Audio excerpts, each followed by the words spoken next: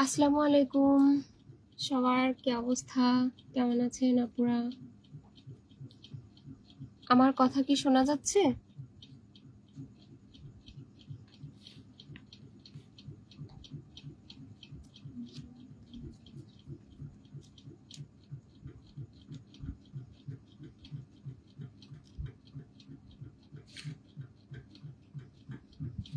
আপু যারা জয়েন করেছেন তারা একটু কাইন্ডলি জানাবেন, একটু কমেন্ট করবেন যে আমার কথা শোনা যাচ্ছে কিনা।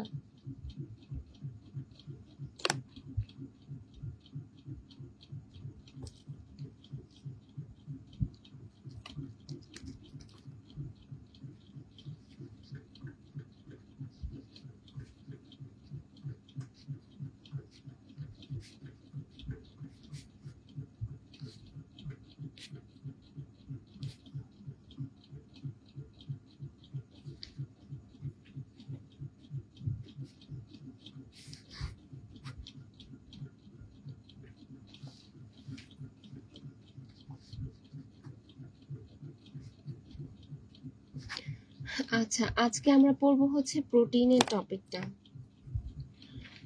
তো প্রোটিনে আমাদের যে বিষয়গুলো হচ্ছে একদম সিলেবাসের অন্তর্ভুক্ত যেটা, সেটা হচ্ছে এটার ক্লাসিফিকেশন আছে, তারপরে কেমিক্যাল নেচার, তারপরে হচ্ছে সোর্সগুলো সম্পর্কে আমরা জানবো, আর হচ্ছে ইসেনশিয়াল অ্যামাইনো অ্যাসিড, আর আরেকটা হচ্ছে এটা ডেফিসিয়েন্সি অফ প্রোটিন, এটার অভাবে কি কি ধরনের ডিজিজ হয়, সমস্যা হয়, এটা ডেফিসিয়েন্সির প্রভাবটা কি, আর হচ্ছে ফাংশন অফ প্রোটিন। এই বিষয়গুলো হচ্ছে প্রোটিনের থেকে আমাদের শিখতে হবে, জানতে হবে। আচ্ছা, প্রোটিনটা কি? প্রোটিন হচ্ছে কি কার্বন, হাইড্রোজেন আর হচ্ছে অক্সিজেনের সমন্বয়ে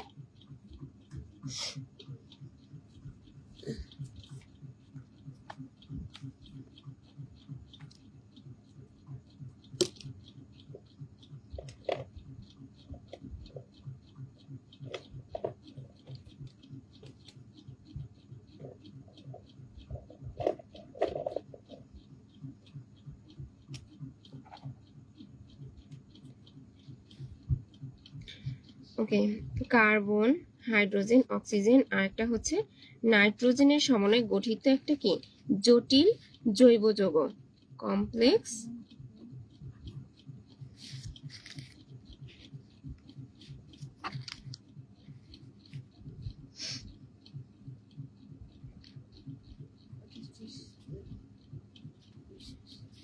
জৈব যৌগ। তো এখানে হচ্ছে প্রোটিনের 16% হচ্ছে নাইট্রোজেন থাকে, প্রোটিনে 16% হচ্ছে নাইট্রোজেন থাকে। এই জিনিসটা কিন্তু ইম্পর্টেন্ট যে প্রোটিনের ভিতরে কত পার্সেন্ট নাইট্রোজেন থাকে। আর প্রোটিনের আরেকটা সহজ স্বাভাবিক একদম সরল একটা সংজ্ঞা যেটা, সেটা হচ্ছে অ্যামাইনো অ্যাসিডের পলিমারকেই হচ্ছে প্রোটিন বলা হয়। অ্যামাইনো অ্যাসিডের কি পলিমারকেই প্রোটিন বলা হয়।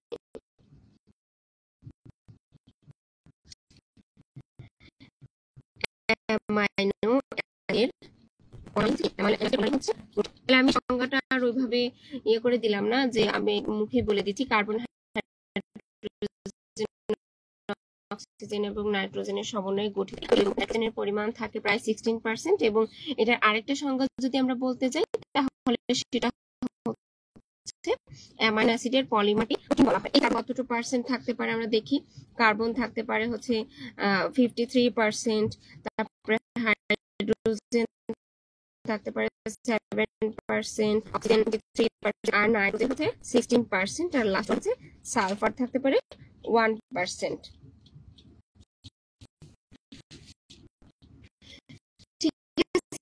এই উপাদানগুলো তৈরি হয়। আসলে প্রোটিনের ভিতরে থাকে বিষয়টা তা না, এছাড়াও কিন্তু আয়রন, তারপরে কপার, আয়োডিন, ম্যাঙ্গানিজ, হ্যাঁ, জিঙ্ক, এগুলোও কিন্তু বিদ্যমান থাকে। এগুলো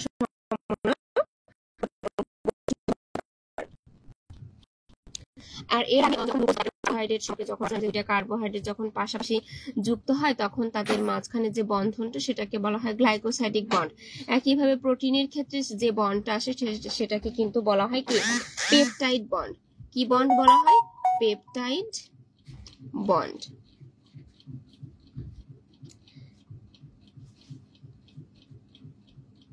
পেপটাইড বন্ড এখানে হচ্ছে এখানে যেহেতু পেপটাইড বন্ড, প্রোটিনের ক্ষেত্রে প্রোটিন কথাটা বলে কিন্তু অ্যামাইনো অ্যাসিড চলে আসবে। সো এখানে যদি আমরা পেপটাইড বন্ড সম্পর্কে যদি পড়তে যাই, তাহলে এখানে একটা অ্যামাইনো অ্যাসিড, দুইটা অ্যামাইনো অ্যাসিড যদি পাশাপাশি যুক্ত হয়, তখন এদের মাঝখানে যে বন্ধনটা হবে সেটাকে বলা হয় পেপটাইড বন্ড। এবং এখান থেকে কিন্তু এক অণু পানি অপসারণের মাধ্যমে কিন্তু এই বন্ডটা ক্রিয়েট হচ্ছে। হ্যাঁ, এক অণু পানি অপসারণের মাধ্যমে দুইটা অ্যামাইনো অ্যাসিডের মাঝে যে বন্ধনটা তৈরি হবে সেটাকে বলা হয় পেপটাইড বন্ড। তাহলে পেপটাইড বন্ড সম্পর্কে আমরা জানতে পারলাম যে দুইটা অ্যামাইনো অ্যাসিড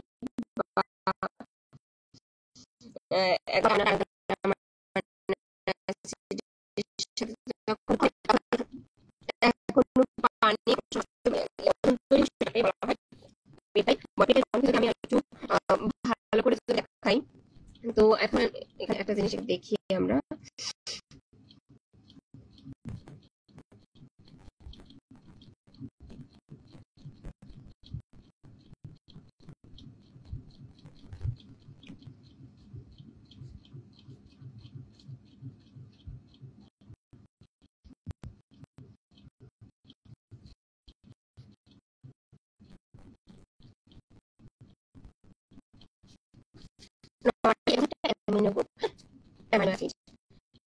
যখন একটা অ্যামাইনো অ্যাসিডের সাথে যখন যুক্ত হবে, তখন এখানে একটা কার্বক্সিল গ্রুপ আর হচ্ছে অ্যামিনো গ্রুপটা পাশে থাকবে এবং সেখান থেকে কোনো পানি অপসারণ হবে। এখানে এই যে সি আর COOH, এন এর সাথে এইচ, আর একটা এইচ নিচে, আর এখানে আরেকটা এইচ। তো এখানে হচ্ছে খেয়াল করেন, এখানে কার্বক্সিল গ্রুপ আছে আর এখানে হচ্ছে অ্যামিনো গ্রুপ আছে। এই দুইটা কার্বক্সিল গ্রুপ আর অ্যামিনো গ্রুপের ভিতরে এখানে হচ্ছে OH আর এখানকার এইচ, এই যে এই OH দুইটা হাইড্রোজেন আর একটা অক্সিজেন মিলে তৈরি হয় কি, পানি তৈরি হয়ে যাচ্ছে। এই ক্ষেত্রে কিন্তু পানি অপসারণ হবে। এখনো পানি যদি অপসারণ হয়ে যায় তাহলে এদের মাধ্যমে গঠনটা তৈরি হবে। তাহলে এদের অবশিষ্ট থাকতেছে কি, এদের যখন মাঝখানে পানি চলে যাবে তখন থাকছে হচ্ছে আর সি এইচ NH2, আর এখানে থাকছে হচ্ছে CO, আর এই মাঝখানে বন্ড ক্রিয়েট হয়ে গেল। আর এ পাশে থাকছে হচ্ছে NH, C উপরে আর নিচে H, আর এ পাশে হচ্ছে COOH। এই যে মাঝখানে যে ইয়েটা তৈরি হলো এটাকে বলা হচ্ছে কি, পেপটাইড বন্ড। পেপটাইড বন্ডের মাধ্যমে যুক্ত হলো পেপটাইড বন্ড। ঠিক আছে?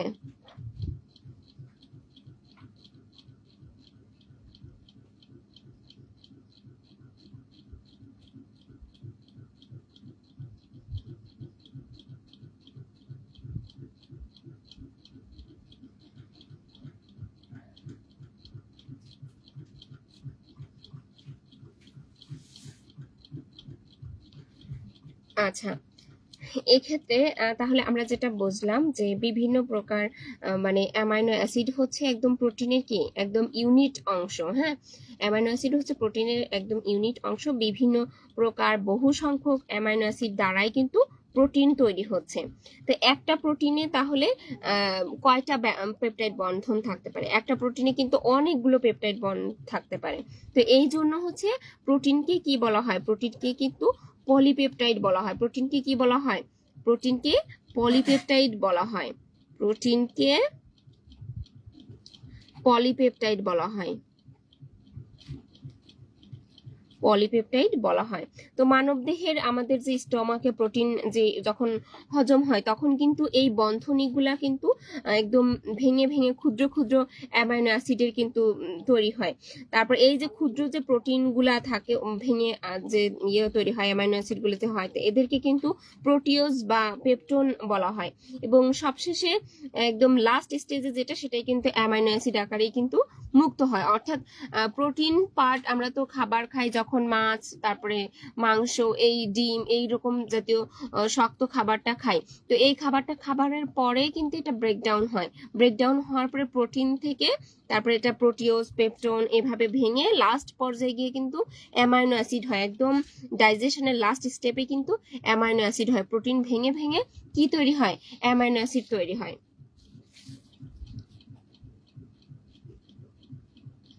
এই যে প্রোটিন থেকে অ্যামাইনো অ্যাসিড হচ্ছে ক্ষুদ্র অংশ তৈরি হয়ে যায়, তখন সেটাই আমাদের বডিতে মেটাবলিজমে অংশগ্রহণ করে। ঠিক আছে, এটা হচ্ছে গেল প্রোটিনের একদম বেসিক যে বিষয়টা সেটা। এখন আমরা এর কিছু ক্যারেক্টার সম্পর্কে একটু জানবো, যে এর কি কি ক্যারেক্টার আছে, কি কি প্রপার্টিজ আছে। আপু, যারা ক্লাসে আপু জয়েন আছেন, অর্চি আপু, মুনা আপু, কাইন্ডলি একটু জানাবেন যে আমার কথা ক্লিয়ার বোঝা যাচ্ছে কিনা বা লেখা দেখা যাচ্ছে কিনা। একটু কষ্ট করে কমেন্ট করবেন, না হলে আমি বুঝতে পারবো না যে কোনো প্রবলেম হচ্ছে কিনা।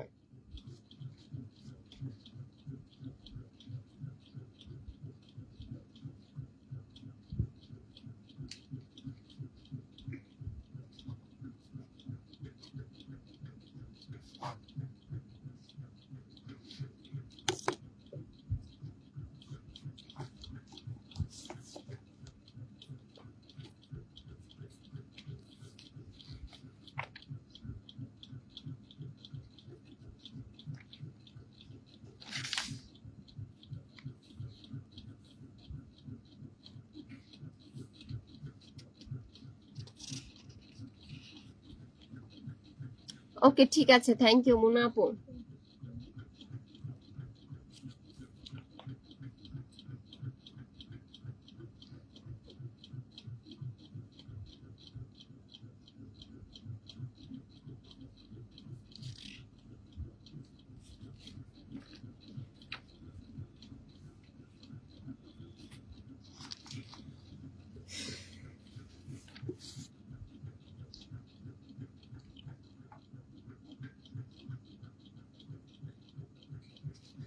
আচ্ছা, এর প্রথম যে প্রপার্টিজ আছে সেটা আমরা সম্পর্কে একটু দেখি, যে এটি হচ্ছে নাইট্রোজেন ঘটিত একটি কি, নাইট্রোজেন ঘটিত জটিল জৈব যৌগ। জটিল জৈব যৌগ।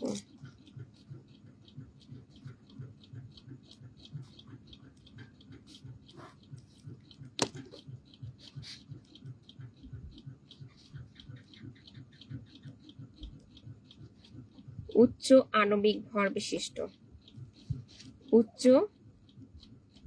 আণবিক ভর থাকবে। তারপরে হচ্ছে এর প্রধান দ্রাবক হবে হচ্ছে, প্রধান দ্রাবক হবে হচ্ছে পানি, তারপরে অ্যাসিড, ক্ষার এখানে, তারপরে হচ্ছে লবণ ও অ্যালকোহলে, আর এর মূল উপাদান হচ্ছে কি, কার্বন, হাইড্রোজেন, অক্সিজেন, নাইট্রোজেন, আমরা জানি, পড়েছি।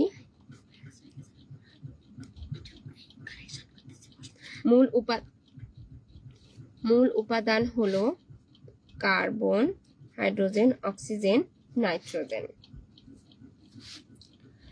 আর এর গাঠনিক যৌগ হচ্ছে অ্যামাইনো অ্যাসিড। গাঠনিক অর্থাৎ structural unit amino acid. Amino acid আমার সাথে সাথে আপনারাও কাইন্ডলি একটু লিখবেন, লিখলে অর্ধেক পড়া হয়ে যাবে।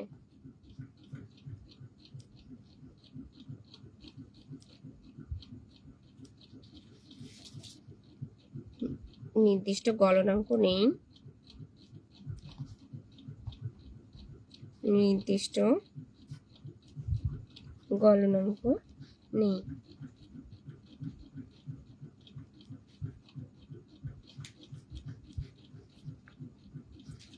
উত্তপ্ত করলে কি হবে? উত্তপ্ত করলে কিন্তু নেচার যেটা সেটা কিন্তু পরিবর্তন হয়ে যাবে এবং এটা কিন্তু কোয়াগুলেট হয়ে যায় প্রোটিন। এই যে ডিম যেমন কোয়াগুলেট হয়ে যায়, জমাট বাঁধে, উত্তপ্ত করলে নেচার পরিবর্তন হবে, নেচার চেঞ্জ হবে ও কোয়াগুলেট হবে,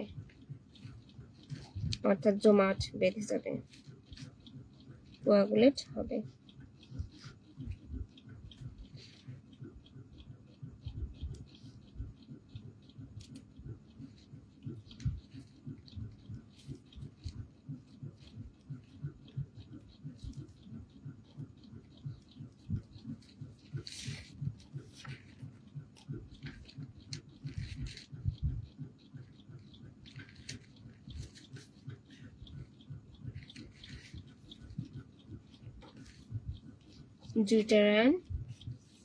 জুইটারান প্রকাশ করে। জুইটারান অর্থ হচ্ছে অ্যাসিড বা ক্ষার দুইটার সাথে বিক্রিয়া করে। হ্যাঁ, জুইটারায়ন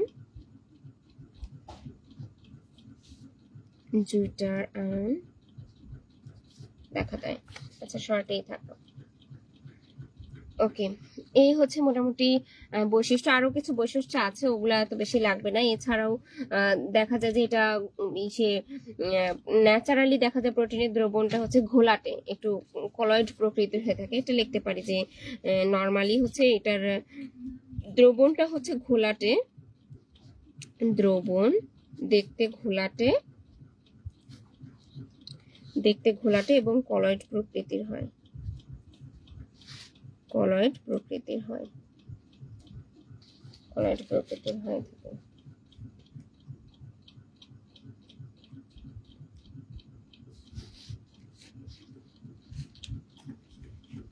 এই হচ্ছে মোটামুটি প্রোটিনের যে প্রপার্টিস গুলা, এইগুলা।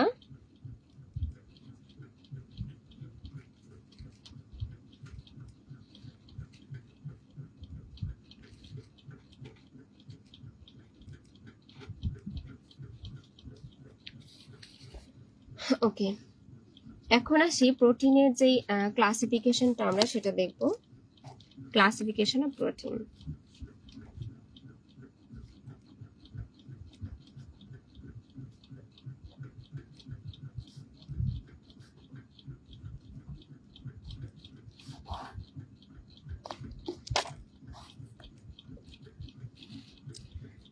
যদি এটার সোর্স অনুযায়ী যদি দেখি,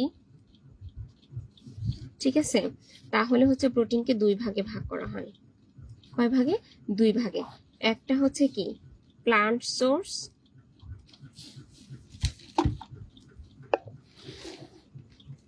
একটা হচ্ছে এনিম্যাল সোর্স।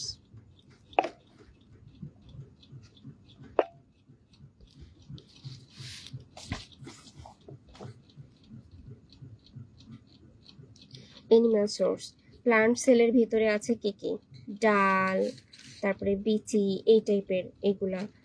হ্যাঁ, আর এনিম্যাল সোর্সের ভিতরে আছে মাছ, মাংস, ডিম, দুধ, হ্যাঁ, এগুলা। আচ্ছা, আরো আছে, এতটুকুই, আমরা জাস্ট উদাহরণ দুই একটা দেখলেই হবে।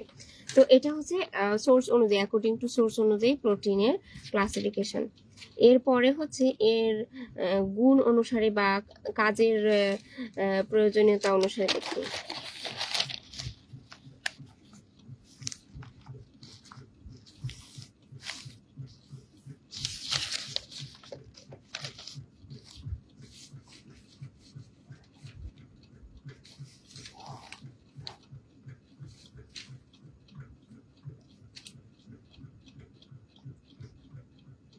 ফার্স্ট ক্লাস প্রোটিন, এটাকে বলা হয় সেকেন্ড ক্লাস প্রোটিন, আর এটাকে বলা হয় থার্ড ক্লাস প্রোটিন। তো এখানে ফার্স্ট ক্লাস প্রোটিনের ভিতরে হচ্ছে দেখা যাবে যে এই প্রোটিনগুলো একদম সম্পূর্ণভাবে মানে কমপ্লিট প্রোটিনও বলা হয়। হ্যাঁ, এদেরকে অনেকটা কমপ্লিট প্রোটিনও বলা হচ্ছে। আর এটাকে বলা হয় ইনকমপ্লিট প্রোটিন।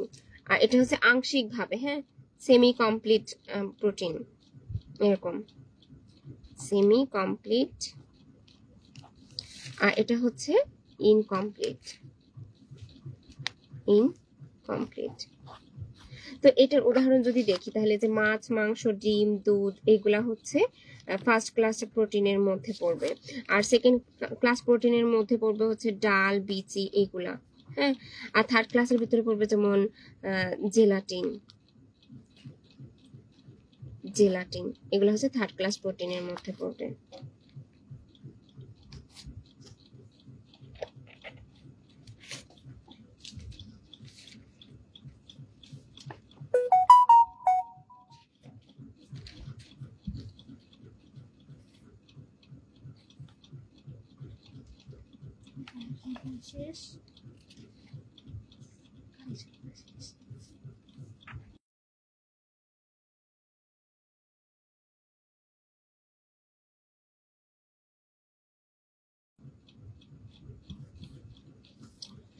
আচ্ছা, আরেকটা বিষয় হচ্ছে প্রোটিনের হচ্ছে নেচারের উপরে ভিত্তি করে প্রোটিনকে 3 ভাগে ভাগ করা হয়, সেটা আরেকটা দেখি।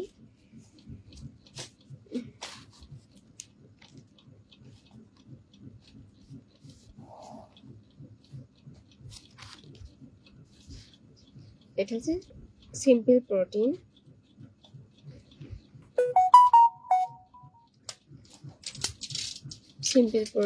তারপরে হচ্ছে কমপ্লেক্স প্রোটিন, আর একটা হচ্ছে ডিরাইভড প্রোটিন।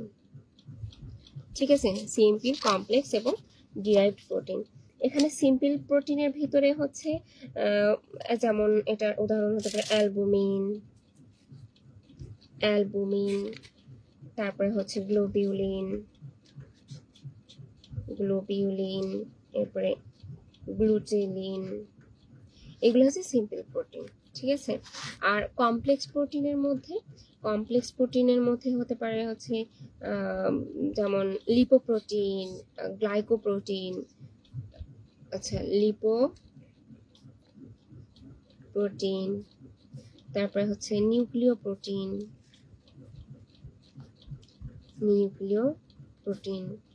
তারপরে হচ্ছে গ্লাইকোপ্রোটিন,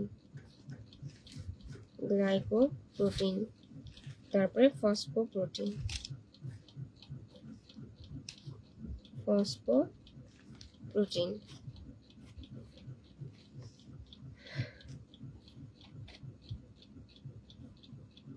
ঠিক আছে, এখানে যে অ্যালবুমিন হচ্ছে যে এটার প্রকৃতির উপর ভিত্তি করে আমরা তাহলে বুঝতে পারলাম যে প্রোটিন হচ্ছে 3 প্রকার, সিম্পল প্রোটিন, কমপ্লেক্স প্রোটিন, আর একটা হচ্ছে ডিরাইভড প্রোটিন। সিম্পল প্রোটিনের ভিতরে উদাহরণ পাচ্ছি অ্যালবুমিন, গ্লোবিউলিন, গ্লুটেলিন। কমপ্লেক্সে পাচ্ছি লিপোপ্রোটিন, নিউক্লিওপ্রোটিন, গ্লাইকোপ্রোটিন, ফসফোপ্রোটিন। আর ডিরাইভড প্রোটিনের মধ্যে পেতে পারি পেপটোন। ওকে, তো এখানে সিম্পল প্রোটিন সম্পর্কে আমরা একটু দেখি যে সিম্পল প্রোটিন কাকে বলে। যদি আমরা একটু ভালো করে জানতে চাই যে সিম্পল প্রোটিনের সংজ্ঞাটা কি, তাহলে এর সংজ্ঞাটা আমরা কিভাবে বলতে পারি, যে প্রোটিনকে অ্যানালাইসিস করলে শুধুমাত্র অ্যামাইনো অ্যাসিডই পাওয়া যাবে। এই সিম্পল প্রোটিনের মধ্যে কি কি পাওয়া যাবে, শুধুমাত্র অ্যামাইনো অ্যাসিডই পাওয়া যাবে। এটার ভিতরে অ্যানালাইসিস যদি করি তাহলে অ্যামাইনো অ্যাসিডই পাওয়া যাবে, অর্থাৎ এর মূল উপাদানই হবে কি অ্যামাইনো অ্যাসিড। যেমন হচ্ছে কি অ্যালবুমিন, এই অ্যালবুমিন কিন্তু হচ্ছে যে এই সের ক্ষেত্রে আমাদের কি বলে ডিমের ক্ষেত্রে কিন্তু এটা পাওয়া যাচ্ছে অ্যালবুমিন। তো এখানে হচ্ছে এটা তারপরে গ্লোবিউলিন, আমাদের প্রোটিন, এটা কিসের ক্ষেত্রে পাচ্ছি, এটা যে আমাদের ব্লাড সিরামে কিন্তু গ্লোবিউলিন প্রোটিন পাওয়া যাচ্ছে। তারপরে হচ্ছে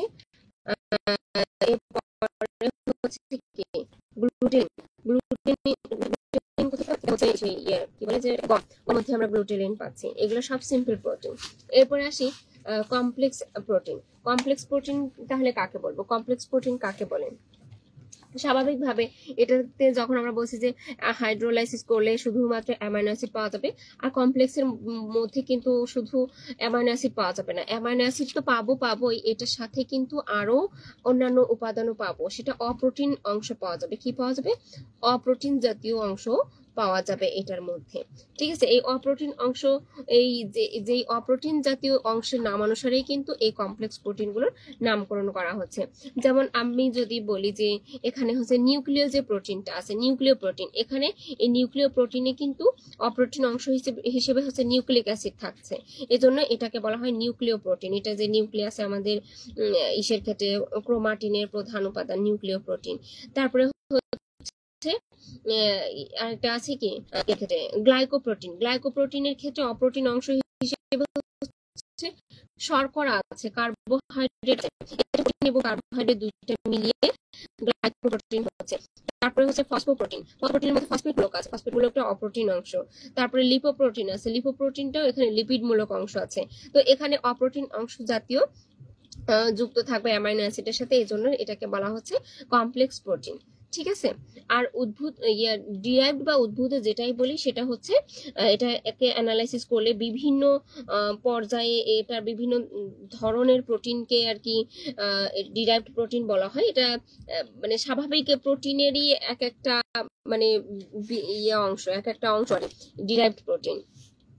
এটাকে অ্যানালাইসিস করলে আসলে এক ধাপে সম্পন্ন হয় না, এটাকে বিভিন্ন ধীরে ধীরে আর কি কয়েকটা ধাপে সম্পন্ন হয়। এটাকে যদি আমরা অ্যানালাইসিস করি বা যদি প্রোটিনকে যদি আমরা ভাঙতে থাকি, তাহলে এটার ক্ষেত্রে আমি যদি একটু শর্টে যদি দেখাতে যাই যে ডিরাইভড প্রোটিন থেকে আমরা কিভাবে অ্যামাইনো অ্যাসিড পাচ্ছি বা প্রোটিন থেকে কিভাবে অ্যামাইনো অ্যাসিড হচ্ছে, সেটা যদি আমরা একটু দেখি যে নর্মালি কিন্তু আমাদের প্রোটিনের পরিপাক শুরু হয় কোথায়? আমরা কিন্তু জানি যে প্রোটিনের পরিপাক সবসময় কোথায় শুরু হয়?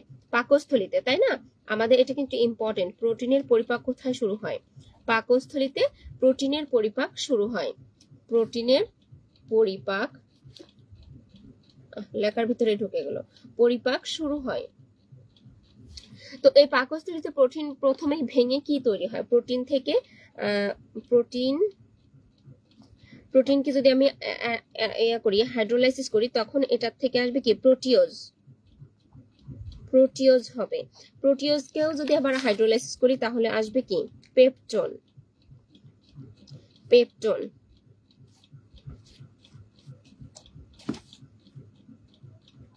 পেপটোনকে যদি আমরা হাইড্রোলাইসিস করি তাহলে পাবো হচ্ছে ডাইপেপটাইড।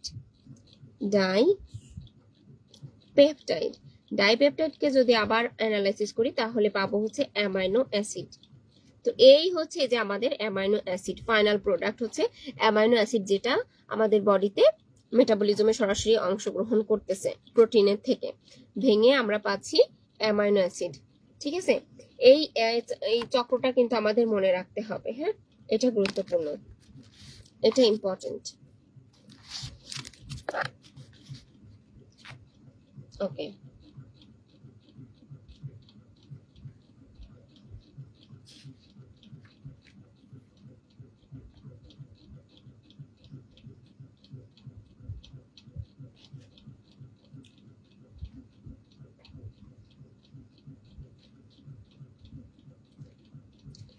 আচ্ছা, এই পর্যন্ত আশা করি বুঝতে পেরেছেন। আমি তাহলে নেক্সট যাই। আমি যখন যে পেপটাইড বন্ড অলরেডি আমরা আলোচনা করে ফেলছি, তারপর এখন যদি আবার নতুন করে যদি পড়তে যাই যে অ্যামাইনো অ্যাসিডটা কি, এটা যদি আবার আলাদা করে একটু দেখাই। অ্যামাইনো অ্যাসিডটা কি? অ্যামাইনো অ্যাসিড হচ্ছে ওই যে যখন আমরা প্রোটিন বললাম যে প্রোটিন হচ্ছে ছিল কি অ্যামাইনো অ্যাসিডের আর কি পলিমার, অ্যামাইনো অ্যাসিডের পলিমারই হচ্ছে প্রোটিন ছিল। আবার একইভাবে যদি অ্যামাইনো অ্যাসিডের সংজ্ঞা যদি বলি যে তাহলে প্রোটিনের ক্ষুদ্রতম যেই গাঠনিক একক বা স্ট্রাকচারাল ইউনিট যেটা, সেটাকেই কিন্তু অ্যামাইনো অ্যাসিড বলতেছে। ঠিক ওই একই কথার আর কি উল্টা কথা বলে কিন্তু অ্যামাইনো অ্যাসিডের সংজ্ঞায় চলে আসতেছে। ঠিক আছে, যে অ্যাসিড বা ক্ষারের মাধ্যমে যদি প্রোটিনকে প্রোটিয়েজ এনজাইমের মাধ্যমে যদি ভাঙা হয় তাহলে অ্যামাইনো অ্যাসিড পাওয়া যায়। অর্থাৎ প্রোটিনের ক্ষুদ্রতম একদম স্ট্রাকচারাল ইউনিটই হচ্ছে কি? Amino acid. ঠিক আছে, আমি সংজ্ঞাটা লিখছি না, আমি জাস্ট এমনি বুঝাইয়া বললাম। তো এখানে এর যদি স্ট্রাকচারটা আমরা যদি একটু লিখি, যে প্রথমে সেন্টারে একটা কার্বন থাকবে, এর এক হাতে থাকবে হাইড্রোজেন, আরেক হাতে থাকবে কার্বক্সিল গ্রুপ, তারপর আরেক হাতে থাকবে অ্যামিনো গ্রুপ, এবং আরেকটা থাকবে কি? Alkyl group. ঠিক আছে, এই আরটা কিন্তু বিভিন্ন মূলক নির্দেশ করবে। এখানে আর মানে তো আমরা জানি CH3 প্রকাশ করে, এটা CH3 হতে পারে, মিথেন, ইথেন, প্রোপেন, বিউটেন এরকম হতে পারে। ঠিক আছে, এটা হচ্ছে একটা অ্যামাইনো অ্যাসিডের কি, অ্যামাইনো অ্যাসিডের স্ট্রাকচার। এখানে হচ্ছে এই অ্যামিনো গ্রুপটা হচ্ছে কি ক্ষারধর্মী, এটা কি ধর্মী, ক্ষারধর্মী। আর এই যে কার্বক্সিল গ্রুপ এটা হচ্ছে অ্যাসিড ধর্মী, এটা অ্যাসিড ধর্মী। তো দেখেন এখানে একটা অ্যামাইনো অ্যাসিডের ভিতরে একটা অ্যাসিড ধর্মী আরেকটা কি ক্ষারধর্মী, দুই ধর্মী দুইটা যৌগ মূলক যুক্ত আছে। এই জন্য দুই ধরনের মূলক যুক্ত থাকার কারণে এটাকে দুইটার আয়ন হিসেবে দুইটার মধ্যে আছে, দুইটা অ্যাসিড ধর্ম এবং ক্ষার ধর্ম দুইটা থাকার কারণে এটার মধ্যে দুইটার আয়ন প্রকাশ করে।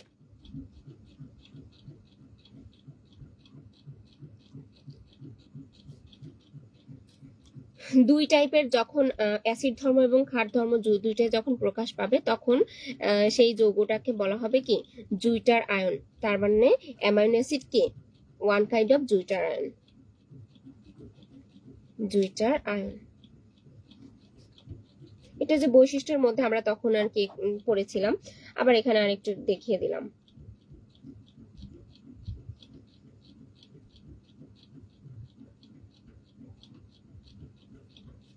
আচ্ছা, তাহলে অ্যামাইনো অ্যাসিড জুইটার আয়ন নির্দেশ করবে এবং এটার আরেকটা বিশেষ ক্যারেক্টার আছে, সেটা হচ্ছে স্টেরিও আইসোমেরিজম প্রদর্শন করবে।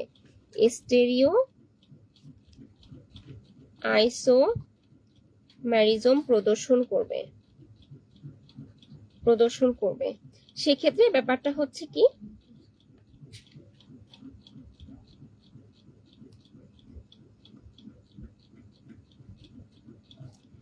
যেমন এখানে হচ্ছে একটা লিখি, যদি আমরা এভাবে ইয়েটাকে লিখি, স্ট্রাকচারটাকে এভাবে যদি সাজাই, তাহলে এটা হবে এল অ্যামাইনো অ্যাসিড, এটার নাম হবে কি এল অ্যামাইনো অ্যাসিড।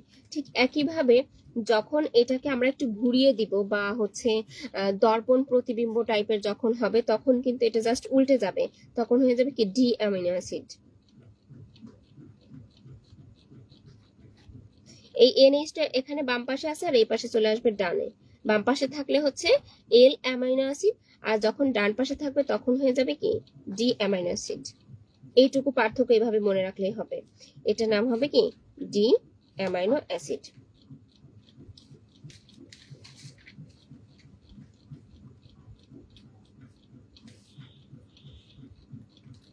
কিন্তু ন্যাচারালি কিন্তু এটা বেশিরভাগ আর কি দেখা যায়, এটা এই জন্য হচ্ছে এটা দিয়ে বেশি ইয়ে করা হয়, সবকিছুতেই এল অ্যামাইনো অ্যাসিডটাকেই রাখা হয়। প্রকৃতিতে এটার উপস্থিতি আর কি বেশি।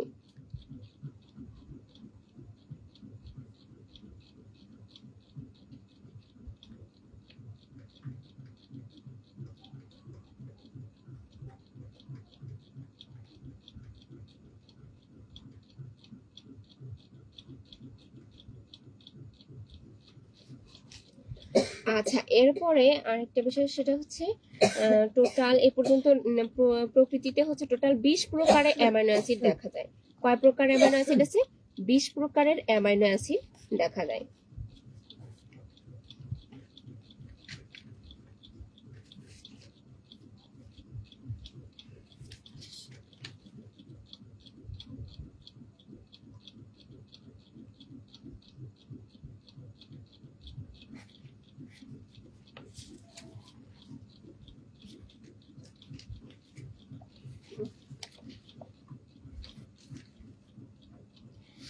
আচ্ছা, এই 20 প্রকার অ্যামাইনো অ্যাসিডের ভিতরে হচ্ছে আমরা এগুলার থেকে কিছু নাম আমরা জানবো যে কোনগুলো, এটাকে অ্যামাইনো অ্যাসিডকে দুই ভাগে ভাগ করা হয়। এটার ক্লাসিফিকেশন যদি একটু দেখি,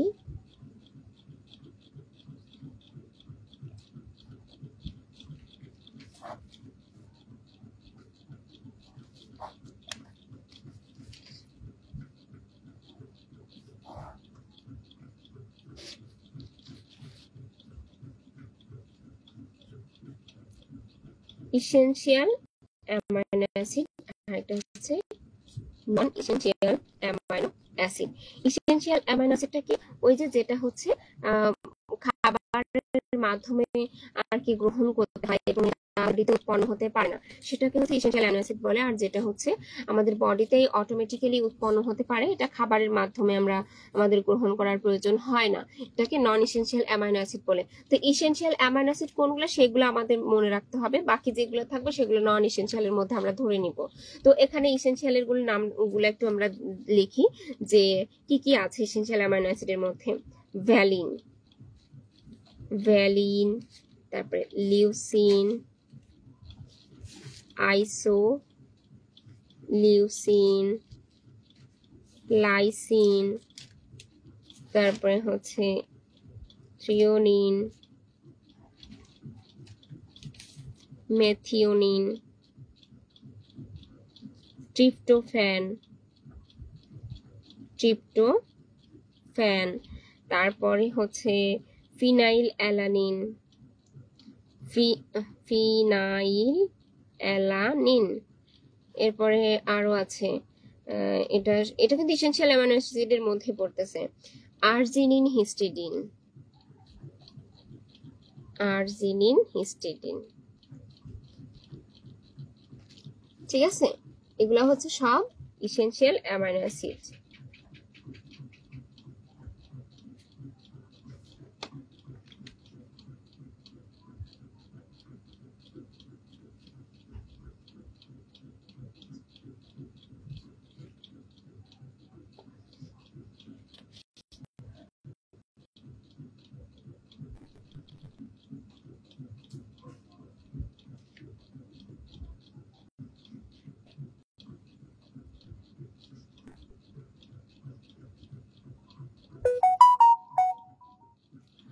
আচ্ছা, এর ভিতরে হচ্ছে নন ইসেনশিয়াল অ্যামাইনো অ্যাসিড গুলোর নাম আমরা জাস্ট একটু শুনে রাখি, হ্যাঁ, এটা আর কি আপাতত না লিখি। বাকি যেগুলো আছে সেগুলো হচ্ছে গ্লাইসিন, তারপরে glutamic acid, aspartic acid, alanine, serine, তারপরে হচ্ছে tyrosine, proline, hydroxyproline, cystine, cysteine, এগুলো সবই হচ্ছে নন ইসেনশিয়াল অ্যামাইনো অ্যাসিড। ঠিক আছে, অর্থাৎ এই কয়টা মনে রাখলে বাকি যেগুলো থাকবে সেগুলো আমাদের পড়বে নন ইসেনশিয়াল অ্যামাইনো অ্যাসিডের মধ্যে।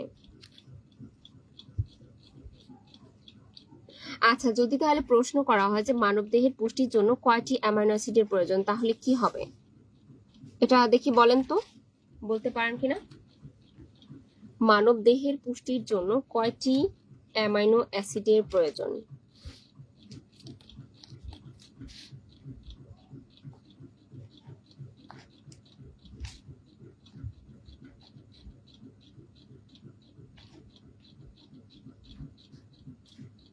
মানবদেহের পুষ্টির জন্য কয়টি অ্যামাইনো অ্যাসিডের প্রয়োজন?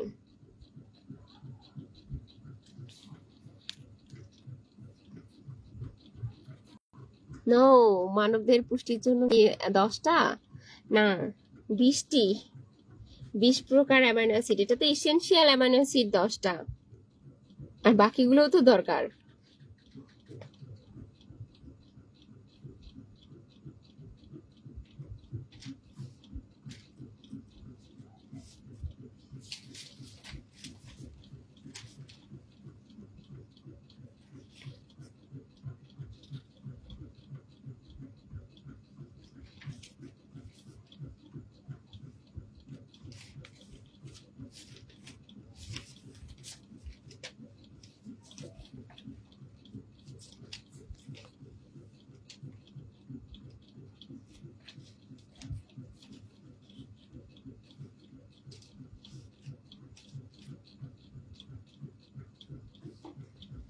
আচ্ছা ঠিক আছে, আমি তাহলে এরপরে ক্লাসিফিকেশন, আরেকটা ক্লাসিফিকেশন আমরা দেখব, সেটা হচ্ছে কার্বন সংখ্যার ভিত্তিতে অ্যামাইনো অ্যাসিডের ক্লাসিফিকেশন।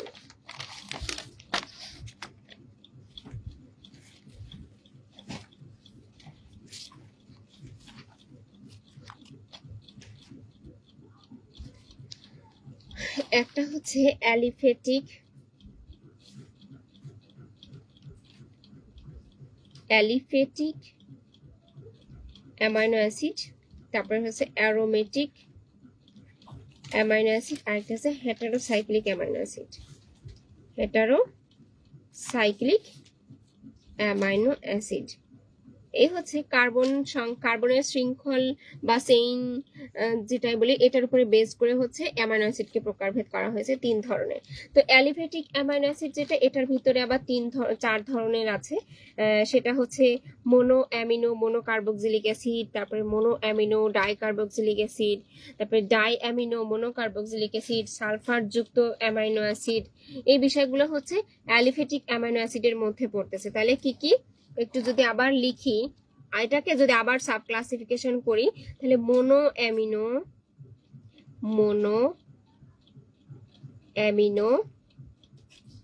মোনোকার্বক্সিলিক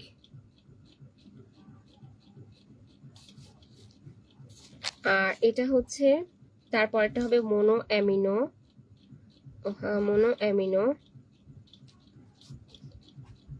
ডাই কার্বক্সিলিক, তারপরে হবে ডাই অ্যামিনো মোনো কার্বক্সিলিক, আর লাস্ট হবে সালফার যুক্ত অ্যামাইনো অ্যাসিড। এখানে মোনো অ্যামিনো মোনো কার্বক্সিলিক অ্যাসিডের মধ্যে কে কে আসবে? এর ভিতরে উদাহরণ হিসেবে আসবে হচ্ছে গ্লাইসিন, তারপরে হচ্ছে আসবে অ্যালানিন, সেরিন, থ্রিওনিন, এরপরে ভ্যালিন, আইসোলিউসিন, তারপরে লিউসিন। এগুলো হচ্ছে মোনো কার্বক্সিলিকের মধ্যে পড়বে, ঠিক আছে। আর মোনো অ্যামিনো ডাইকার্বক্সিলিকের মধ্যে পড়বে হচ্ছে অ্যাসপার্টিক অ্যাসিড। এখানে সবগুলো আমি কিন্তু আসবে গ্লুটামিক অ্যাসিড,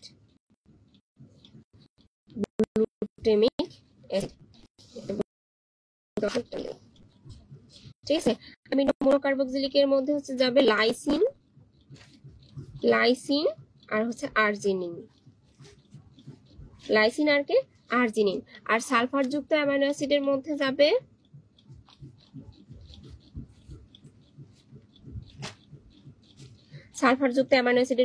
হচ্ছে সিস্টেইন, এরপরে মেথিওনিন।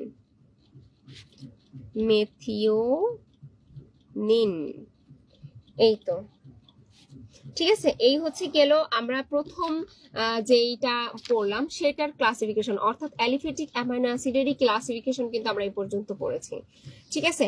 এখনো কিন্তু অ্যারোমেটিক বাকি, হেটারোসাইক্লিক বাকি। অ্যালিফ্যাটিক থেকে আমি যদি আবার একটু বলি, প্রথমে হচ্ছে এটার amino acid aliphatic, aromatic and heterocyclic. অ্যালিফ্যাটিককে আবার 4 ভাগে ভাগ করা হচ্ছে: mono amino monocarboxylic, mono amino dicarboxylic, di amino monocarboxylic, sulphur যুক্ত অ্যামাইনো অ্যাসিড। তো এখানে মোনো অ্যামিনো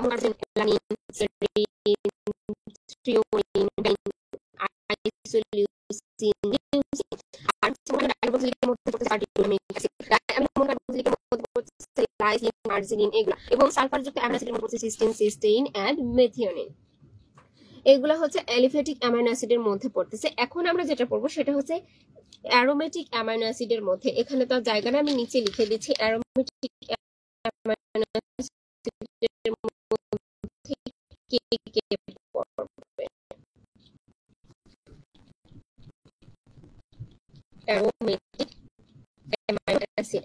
তো এটার ভিতরে প্রথমে আসবে হচ্ছে ফিনাইল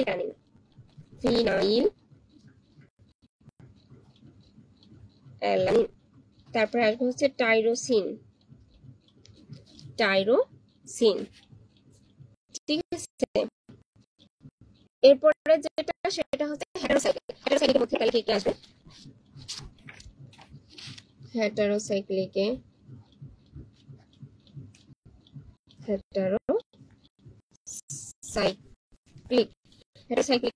মধ্যে আসবে হচ্ছে ট্রিপ্টোফ্যান।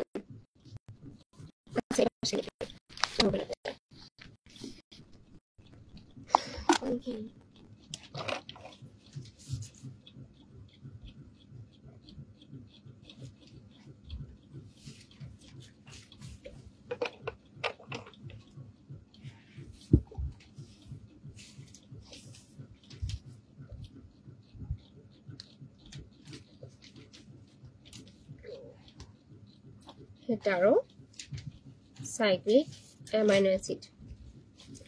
এর মধ্যে পড়বে হচ্ছে ট্রিপ্টোফ্যান, তারপরে হচ্ছে হিস্টিডিন, এরপরে প্রোলিন, তারপর হাইড্রোক্সিপ্রোলিন,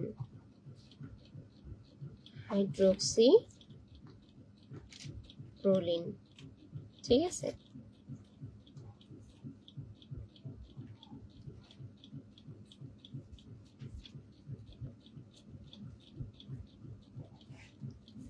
আচ্ছা, তো এটা হচ্ছে গেল হেটারোসাইক্লিক মানে অ্যামাইনো অ্যাসিডের যে ক্লাসিফিকেশন গুলো। এখন যদি আমরা আলাদাভাবে যদি amino acid, essential amino acid যেটা, ওটা যদি পড়ি, ইসেনশিয়াল অ্যামাইনো অ্যাসিডটা আমরা তো অলরেডি পড়েছি। আমি যদি আবার একটু ইয়ে করি, রিভিউ করতে যাই, তাহলে এখানে আমরা কি কি দেখতে পাচ্ছি একটু আমি এখান থেকেই আর কি বলে দেই। হ্যাঁ, যে ইসেনশিয়াল অ্যামাইনো অ্যাসিডটা কি। ইসেনশিয়াল অ্যামাইনো অ্যাসিড ইএএ মানেই কিন্তু এটার ফুল ফর্মই কিন্তু ইসেনশিয়াল অ্যামাইনো অ্যাসিড। অর্থাৎ আমাদের দেহের যে বৃদ্ধি সাধন, তারপরে ক্ষয়পূরণ, রক্ষণাবেক্ষণ এবং দেহের নাইট্রোজেনের যে একটা ব্যালেন্স, এই সবকিছু করার জন্য কিন্তু ইসেনশিয়াল অ্যামাইনো অ্যাসিডের প্রয়োজন হয়ে থাকে। এবং এটা আমাদের মেটাবলিজমের সাথে কিন্তু খুবই গুরুত্বপূর্ণ এবং মেটাবলিজমের জন্য কিন্তু লাগবে, এবং এটা ছাড়া কিন্তু আমাদের দেহের গ্রোথ ডেভেলপমেন্ট করা কিন্তু সম্ভব না। তো আমরা হচ্ছে এখানে টোটাল পড়েছি 1 2 3 4 5 6 7 8 9 10, এখানে 10টা অ্যামাইনো অ্যাসিড পড়েছি, তাই না? এই 10টা অ্যামাইনো অ্যাসিড আমরা এখানে পড়েছি, কিন্তু এখানে এই 10টার ভিতরে যে প্রথম 8টা অ্যামাইনো অ্যাসিড আছে, এই 10টাই ইসেনশিয়াল অ্যামাইনো অ্যাসিড, কিন্তু এই প্রথম যে 8টা, এই 8টা হচ্ছে আমাদের প্রাপ্ত বয়স্ক বা পূর্ণ বয়স্ক যারা, তাদের ক্ষেত্রে হচ্ছে এই 10টা অ্যামাইনো অ্যাসিডের প্রয়োজন হয়। আর বাকি যে দুইটা আছে, দুইটা অ্যামাইনো অ্যাসিড আছে, এটা হচ্ছে শিশুদের জন্য আর কি, এই দুইটা এটার সাথে আর কি লাগে, যে শিশুদের জন্য প্রয়োজন হয়ে থাকে। তো আমরা ওভারঅল যদি প্রাপ্তবয়স্কদের জন্য বলি, তখন কিন্তু এসেনশিয়াল অ্যামাইনো অ্যাসিড কিন্তু 8টা, ঠিক আছে। এই যে valine, leucine, isoleucine, lysine, threonine, methionine, tryptophan, phenylalanine. আর বাকি দুইটা হচ্ছে শিশুদের জন্য, শিশুদের দেহের বৃদ্ধির সময় হচ্ছে আর্জিনিন এবং হিস্টিডিন, এই দুইটা অ্যামাইনো অ্যাসিডের আর কি প্রয়োজন হয়।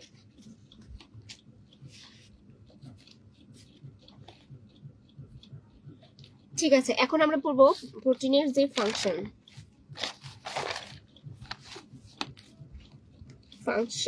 Of amino acid.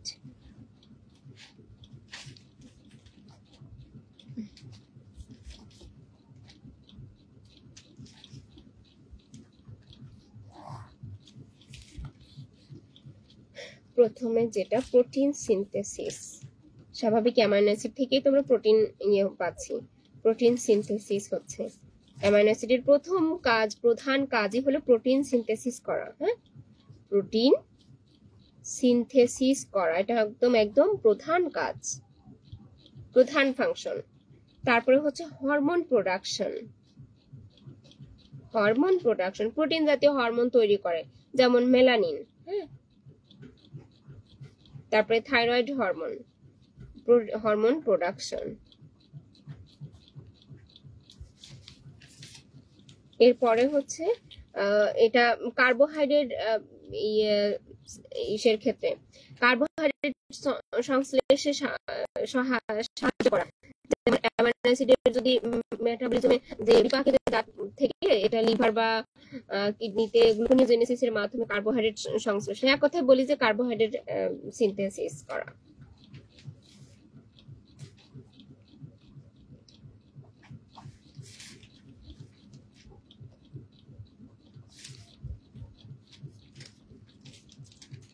Synthesis gluconeogenesis, হ্যাঁ, গ্লুকোনিওজেনেসিস।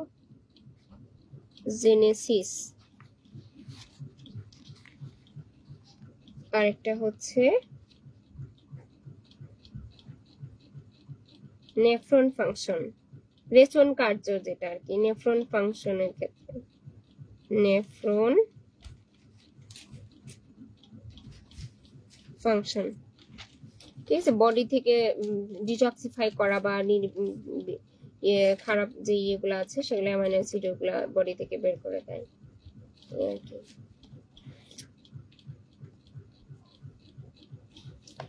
ঠিক আছে, এটা হচ্ছে ফাংশন অফ অ্যামাইনো অ্যাসিড গেল। এরপরে যদি বলি ফাংশন অফ প্রোটিন,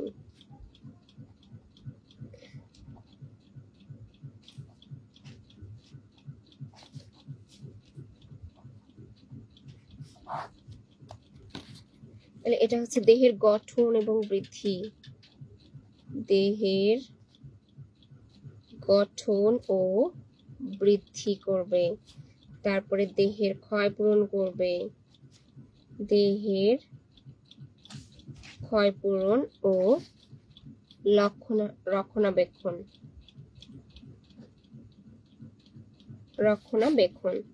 তারপর হচ্ছে তাপ শক্তি উৎপাদন, তাপ শক্তি উৎপাদন, রোগ প্রতিরোধ ক্ষমতা, ইমিউনিটি সিস্টেম বুস্ট আপ করবে, রোগ প্রতিরোধ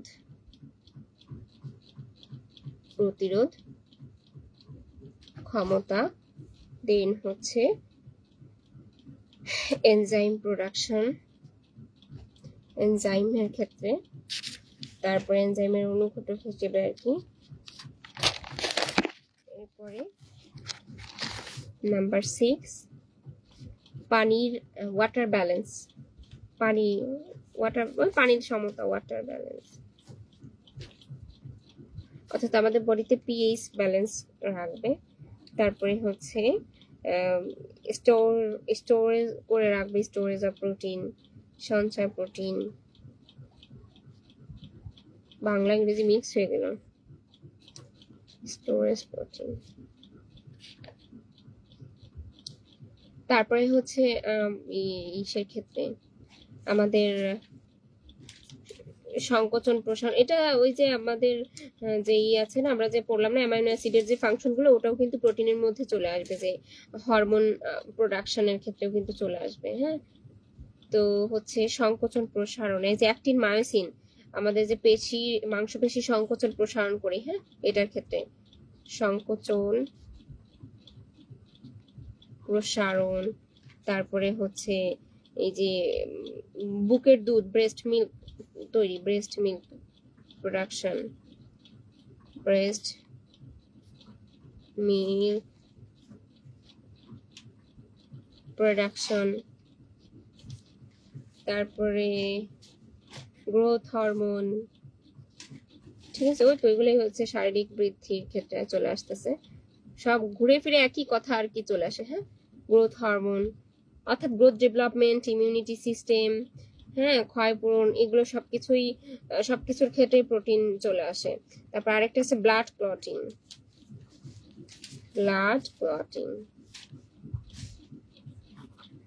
ঠিক আছে। এই ক্ষেত্রে যে ফাইব্রিনোজেন সাহায্য করে, যে প্রথ্রম্বিন, ফাইব্রিনোজেন থেকে, এটার সিস্টেমটা হচ্ছে কি, যে ফাইব্রিনোজেন এখানে হচ্ছে থ্রম্বিন আর কি ইয়ে করে কাজ করে। তো ফাইব্রিনোজেন থ্রম্বিনের প্রভাবে হচ্ছে ফাইব্রিন উৎপন্ন হয়, পরে এখান থেকে হচ্ছে ফাইব্রিন থেকে ফাইব্রিন পলিমার বা ফাইব্রিন মনোমার যে একটা ইয়ে তৈরি হয়, ফাইব্রিন পলিমার, ওটাই আর কি ক্লট হিসেবে কাজ করে। ঠিক আছে,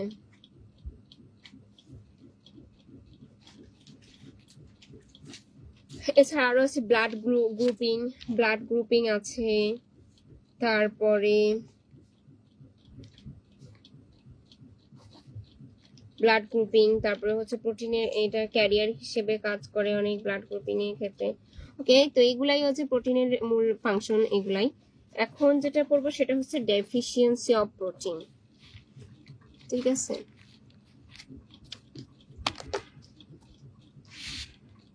ডেফিসিয়েন্সি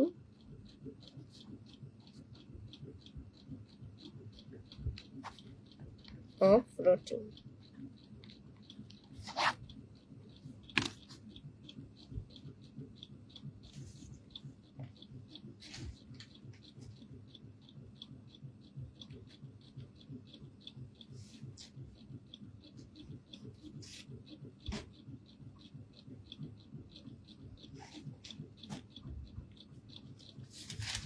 আচ্ছা, আমরা তো জানি যে প্রোটিনের আসলে প্রধান কাজই কিন্তু আমাদের দেহের গঠন করা, বৃদ্ধি সাধন করা। কিন্তু আমাদের যদি ক্রমাগত প্রোটিনের যদি ঘাটতি দেখা যায়, তাহলে কিন্তু আমাদের এই বডি ঠিকঠাক মতো বৃদ্ধি পাবে না। হ্যাঁ, আস্তে আস্তে একটা সময় গিয়ে দেখা যাবে যে আমাদের ওজন হ্রাস পাচ্ছে, তারপরে মেজাজ খিটখিটে হয়ে যায় এই সময়, তারপরে শরীরের রোগ প্রতিরোধ ক্ষমতা কমে যায়, ঠিক মতো এনজাইম প্রোডাকশন হতে পারে না। আমরা যে মাত্র যে ফাংশনগুলো পড়লাম, সব ফাংশনে কিন্তু তখন ঝামেলা তৈরি হয়ে যায়। খাদ্যবস্তু ঠিকমতো পরিপাক হতে পারে না, পরিশোষণ হতে পারে না, অ্যাবজর্পশন হতে পারে না, তখন প্রপার নিউট্রিয়েন্ট আমাদের বডি কিন্তু পায় না।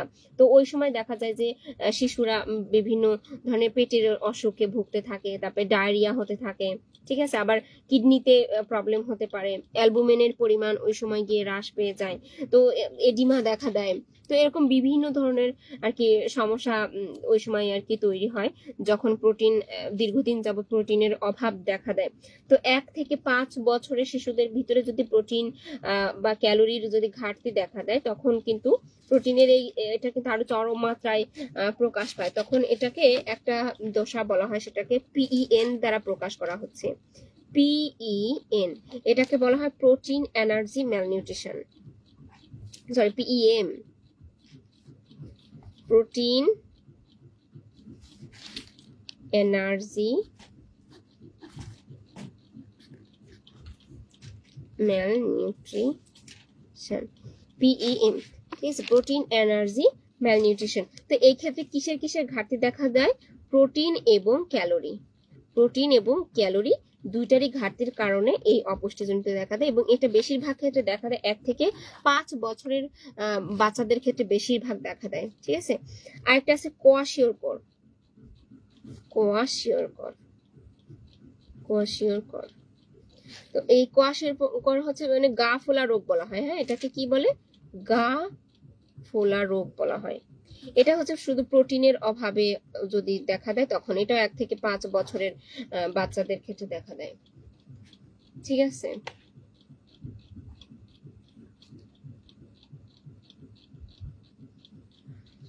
আরেকটা আছে ম্যারাসমাস, ম্যারাসমাস। এটাকে বলা হয় হাড্ডি সার রোগ, হাড্ডি সার রোগ। প্রোটিন ক্যালোরি যদি মোট চাহিদা পূরণ না হয়, তখন এই ম্যারাসমাস দেখা দেয়। একদম বাচ্চাদের হাড্ডি সব বাইরে থেকে সব গোনা যায়, এরকম অবস্থা, খুবই ভয়াবহ অবস্থা, দেখলেই খুব খারাপ লাগে নিজের কাছে। আচ্ছা, এখানে তাহলে আমরা প্রথমে যেটা আর কি ওভারঅল যদি আমরা PEM হচ্ছে সার্বিক অবস্থাকে বোঝাচ্ছে, তো এখানে স্পেসিফিক যদি বলি কোয়াশিওরকর, যেটা কোয়াশিওরকর হচ্ছে যেমন কোন কারণে কোয়াশিওরকর রোগ হতে পারে, যেমন মায়ের যদি অপুষ্টিজনিত কারণ থাকতে পারে, তারপরে যদি সঠিক পরিমাণে সে খাবার ইনটেক না করে, বা মায়ের থেকে সে বুকের দুধ যদি সে নিতে না পারে, তখন কিন্তু এই শিশুদের এই কোয়াশিওরকর রোগ হওয়ার চান্স থাকে। এবং এটা 2 থেকে 4 বছর বয়স্ক শিশুদের ক্ষেত্রে মানে হওয়ার চান্স অনেক বেশি থাকে। হ্যাঁ, 2 থেকে 4 বছরের বাচ্চাদের বেশি হওয়ার ঝুঁকি থাকে। আর এই সময় হচ্ছে বাচ্চারা একদম থাকে, কি বলবো, একদম খুবই উদাসীন থাকে, এবং এদের খাওয়ার অরুচি তৈরি হয়ে যায়, ঠিক আছে। তারপরে হচ্ছে এটা এদের ক্ষেত্রে হচ্ছে পানি জমে যায়, বডিতে পানি জমে যায়, পায়ে পেটে মুখে পানি জমে, এবং মুখ একদম গোলাকার হয়ে যায়, পেট ফুলে যায়, এবং সামনে দিকে আর কি পেট ঝুলে পড়ে। আর চুল পাতলা হয়ে যায়, আর চুলের গোড়া খুবই দুর্বল হয়ে যায়, বিবর্ণ কালার হয়ে যায় চুলের। 1 থেকে 5 বছর বয়সী শিশুদের ক্ষেত্রে বেশি হয়ে থাকে। তারপরে স্কিনও পরিবর্তন হয়ে যায়। হ্যাঁ, স্কিনের যে উপরের যে পাতলা আবরণটা, ওটা একদম পাতলা হয়ে যায়, কখনো কখনো একদম ওই স্কিন ফেটে যায়, মানে একদম ক্ষতর সৃষ্টি হয়, ইনফেকশন হয়ে যায়। আবার শরীরে বিভিন্ন স্থানে হচ্ছে পানি আসার কারণে ওজন কমে গেলেও কিন্তু বয়সের অনুপাতে শতকরা 60 ভাগের কি উপরেই থেকে যায়, কারণ যে পানি জমে যায়, জমতে থাকে।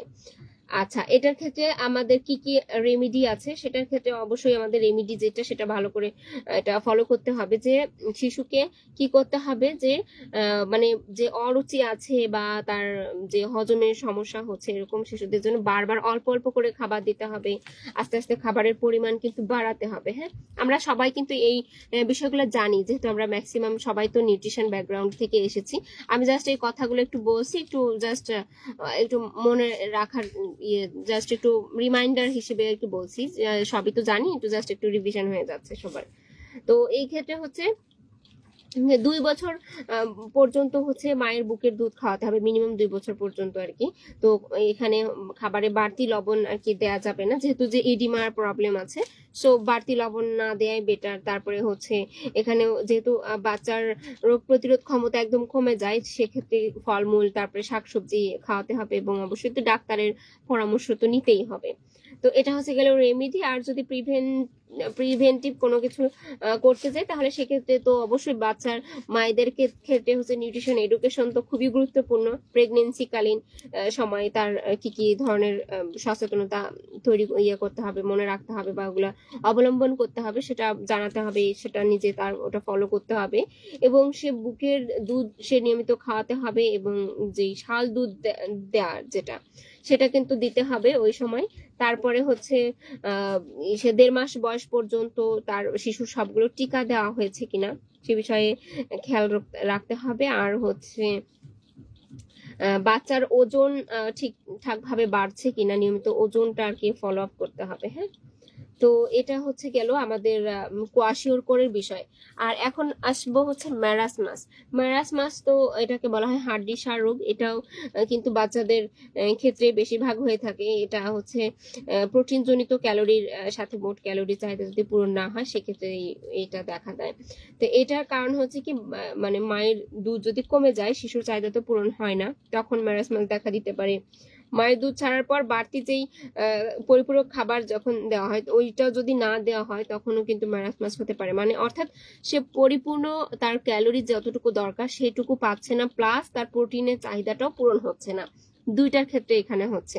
তো এখানে আর কোয়াশিওর ক্ষেত্রে শুধু প্রোটিনের অভাব দেখা দেয়। হ্যাঁ, তো আর ম্যারাসমাসের ক্ষেত্রে প্রোটিন তো থাকবেই, আবার এটার সাথে ক্যালোরিরও ঘাটতি দেখা দেবে। হ্যাঁ, আবার এটার ক্ষেত্রে কিন্তু পেটের বিভিন্ন ধরনের রোগ হতে পারে। আবার অনেকে বাচ্চাদের বোতল ফিডিং করানোর সময় কিন্তু এই যে পেটের রোগে আক্রান্ত হয়, ওই সময় ঠিক মতো নিউট্রিয়েন্ট অ্যাবজর্ব হতে পারে না, ক্যালোরি পায় না, তো ওই সময়ও কিন্তু ম্যারাসমাস হতে পারে।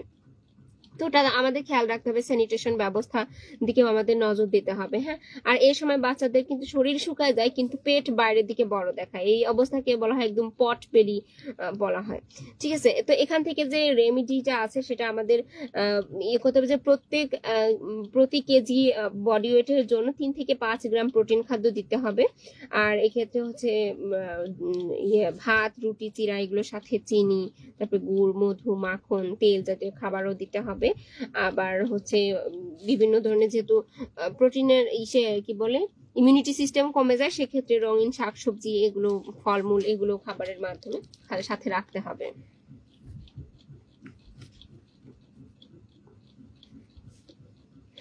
ঠিক আছে, তো এটা হচ্ছে গেল আমাদের রেমিডি। আর এটা যদি প্রিভেন্টিভ কোনো কিছু করতে চাই, আগেরটার মধ্যে আমরা যেটা কোয়াশিওরকোরের ক্ষেত্রে যেটা বলেছিলাম, যে ওটা মায়ের অবশ্যই মায়েদের নিউট্রিশনাল এডুকেশনাল বিষয়ে একটু নজর দিতে হবে, কিভাবে বাচ্চাদের খাবার খাওয়াতে হবে, তারপরে হচ্ছে বুকের দুধ খাওয়ানোর ব্যাপারে স্যানিটেশনের বিষয়ে তাদেরকে হচ্ছে শেখাতে হবে, দেখাইয়ে দিতে হবে। আবার বিভিন্ন ধরনের সচেতনতা তৈরি করতে হবে। এবং অনেক সময় দেখা যায় গ্রাম পর্যায়ে বিভিন্ন ধরনের কুসংস্কার থাকে, তো ওগুলা থেকে তাদেরকে বের হয়ে আসতে হবে, এই বিষয়গুলো তাদেরকে শেখাতে হবে। আচ্ছা, তো আমাদের এগুলো আর কি ছিল। তো এখানে থেকে আমরা একটু যদি বলি, যে শুধু যে আমাদের প্রোটিন শুধু গ্রহণ করলেই কি হবে, মানে একদম প্রোটিন খেলে খেতেই হবে, তো এখানে বেশি পরিমাণে প্রোটিন আবার খেলে কিন্তু অসুবিধা হয়ে যাবে। হ্যাঁ, অতিরিক্ত প্রোটিন খেলে কিন্তু উল্টা আমাদের আমাদের বডিতে কিন্তু টক্সিক একটা ইফেক্ট তৈরি হবে। তো খেয়াল রাখতে হবে আমাদের যে প্রত্যেক মানুষের হিউম্যান বডি রিকোয়ারমেন্ট অনুযায়ী যতটুকু প্রোটিন সেইটুকু পরিমাণ প্রোটিন যেন আমরা ইনটেক করতে পারি সেই দিকে আর কি নজর দিতে হবে। তো এটা হচ্ছে আমাদের প্রোটিনের যে বিষয়গুলো ছিল। এখানে আরেকটা বিষয় সেটা হচ্ছে আমি জাস্ট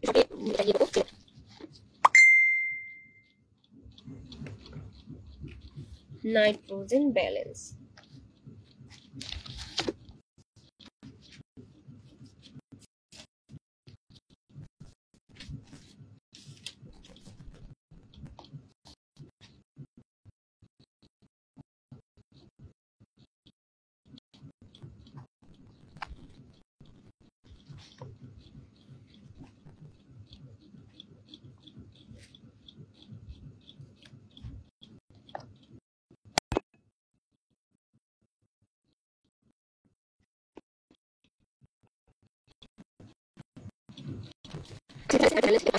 তারপরে হচ্ছে প্রোটিনের বর্জন যদি সমান থাকে তাহলে সেটাকে হচ্ছে নাইট্রোজেন ব্যালেন্স বলা হয়।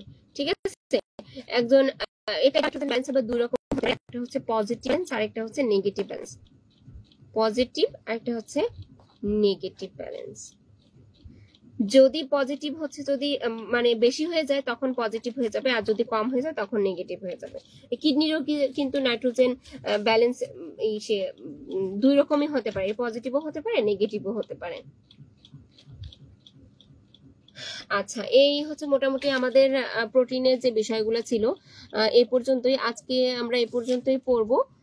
তো আজকে যে যতটুকু আমরা পড়লাম এখানে কারো কোনো কিছু বুঝতে অসুবিধা হয়েছে কিনা একটু কাইন্ডলি জানাবেন।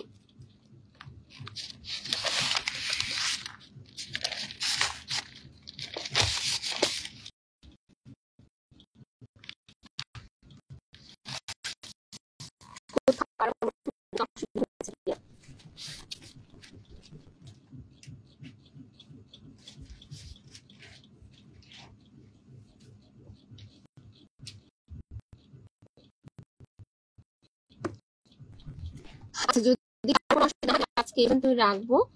আমরা নেক্সট দিনে অলরেডি রুটিন ক্লাস রুটিন তো দিয়ে দিয়েছি, আমরা চেষ্টা করব ক্লাস রুটিন অনুযায়ী ক্লাস করার। আর যদি এদিক সেদিক হয় তখন তো আমরা গ্রুপেই জানতে পারবো যে কোনো ক্লাস রুটিনে কোনো পরিবর্তন হয়েছে কিনা। ঠিক আছে, আর যেহেতু অলরেডি আমাদের 3টা ক্লাস নেওয়া হয়ে গেছে, ওকে 3টা ক্লাস হয়ে গেছে, আমি অতি শীঘ্রই পরীক্ষা নিয়ে নিব এবং পরীক্ষার টপিক বলে দিব। আর আপনারা হচ্ছে পড়তে থাকেন, ক্লাসে যে টপিকগুলো পড়ানো হয় এই টপিকগুলো পড়তে থাকেন, রিভিশন করতে থাকেন। আর এটার পাশাপাশি আপনারা জেনারেল পার্টও আপনাদের মতো করে পড়তে থাকেন। আমি হচ্ছে এই যে বিষয়গুলা পড়ানো হয়েছে এই বিষয়গুলা থেকে আমি প্রশ্ন রেডি করে আমি হচ্ছে আবার পরীক্ষা নিব এবং পরীক্ষার টপিক আমি বলে দিব, তারপরে পড়তে থাকেন, সবগুলো বিষয়ে রিভিশন করতে থাকেন। তো ঠিক আছে মুনা আপু, ওকে প্রবলেম হয়নি, ভালো লাগছে। ওকে থ্যাংক ইউ আপু, অনেক ধন্যবাদ ক্লাসে পুরো ক্লাসের সাথে থাকার জন্য, অনেক কোঅপারেটিভ করেছেন। ওকে ঠিক আছে, আল্লাহ হাফেজ, আসসালামু আলাইকুম আপু।